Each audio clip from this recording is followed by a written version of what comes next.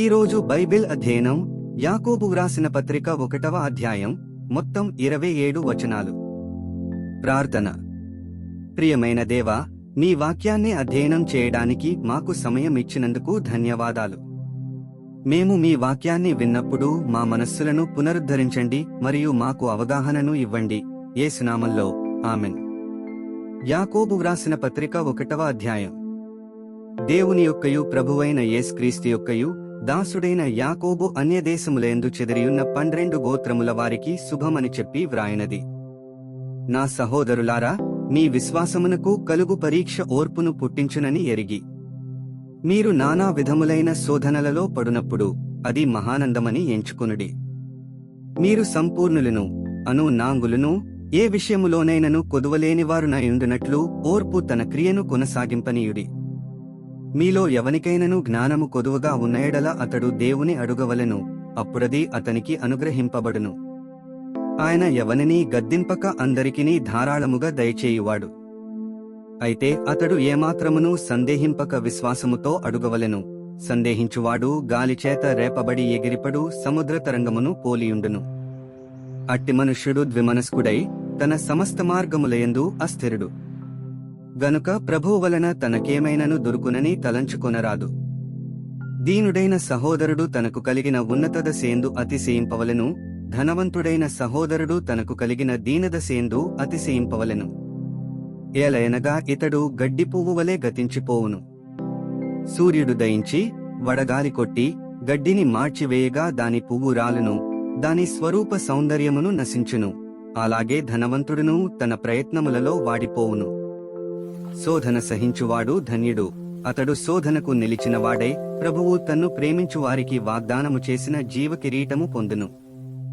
దేవుడు కీడు విషయమై శోధింపబడనేరడు. ఆయన ఎవరిని శోధింపడు గనుక ఎవడైనను శోధింపబడినప్పుడు నేను దేవుని చేత శోధింపబడుచున్నానని అనకూడదు. ప్రతివాడును తన స్వకీయమైన దురాశ చేత ఈడ్వబడి మరులు కొల్పబడినవాడై శోధింపబడును.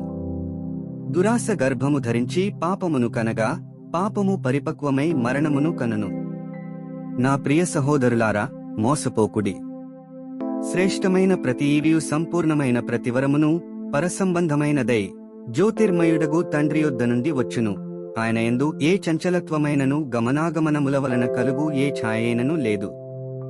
ఆయన తాను సృష్టించిన వాటిలో మనము ప్రథమ ఫలముగా ఉండునట్లు సత్యవాక్యము వలన మనలను తన సంకల్ప ప్రకారము కనెను.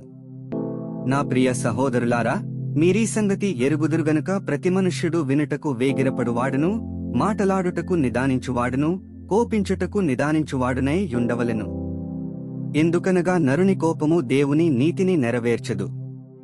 అందుచేత సమస్త కల్మషమును విర్రవీగుచున్న దుష్టత్వమును మాని, లోపల నాటబడి మీ ఆత్మలను రక్షించుటకు శక్తిగల వాక్యమును సాత్వికముతో అంగీకరించుడి. మీరు వినువారు మాత్రమయుండి మిమ్మును మీరు మోసపుచ్చుకునకుండా వాక్య ప్రకారము ప్రవర్తించువారునయుండుడి. ఎవడైనను వాక్యమును వినువాడయుండి దాని ప్రకారము ప్రవర్తింపనివాడైతే వాడు అద్దములో తన సహజముఖమును చూచుకును మనుష్యుని పోలియున్నాడు. వాడు తన్ను చూచుకుని అవతలికి పోయి తానెట్టివాడో వెంటనే మరచిపోవునుగదా. అయితే స్వాతంత్ర్యమునిచ్చు సంపూర్ణమైన నియమములో తేరిచూచి నిలుకడగా ఉండువాడెవడో వాడు విని మరచువాడు కాక క్రియను చేయువాడయుండి తన క్రియలో ధన్యుడగును. ఎవడైనను నోటికి కళ్ళెము పెట్టుకొనక తన హృదయమును మోసపరుచుకొనుచు భక్తిగలవాడనని అనుకుని ఎడల వాని భక్తి వ్యర్థమే. తండ్రి అయిన దేవుని ఎదుట పవిత్రమును నిష్కళంకమునైన భక్తి ఏదనగా దిక్కులేని పిల్లలను విధవరాండ్రను వారి ఇబ్బందిలో పరామర్శించుటయు, ఇహలోక మాలిన్యము తనకంటకుండా తన్ను తాను కాపాడుకునుటయునే. 27 వచనాలు చదివియున్నాము. ముగింపు ప్రార్థన. సర్వశక్తిమంతుడైన దేవా, నీవే మార్గము, సత్యము మరియు జీవము. చదివిన వాక్యాన్ని మీ కృప ద్వారా మా హృదయాలలో ఉంచుకుని మా జీవితంలో అన్వయించుకోవడానికి మాకు సహాయం చేయండి. ఆమెన్.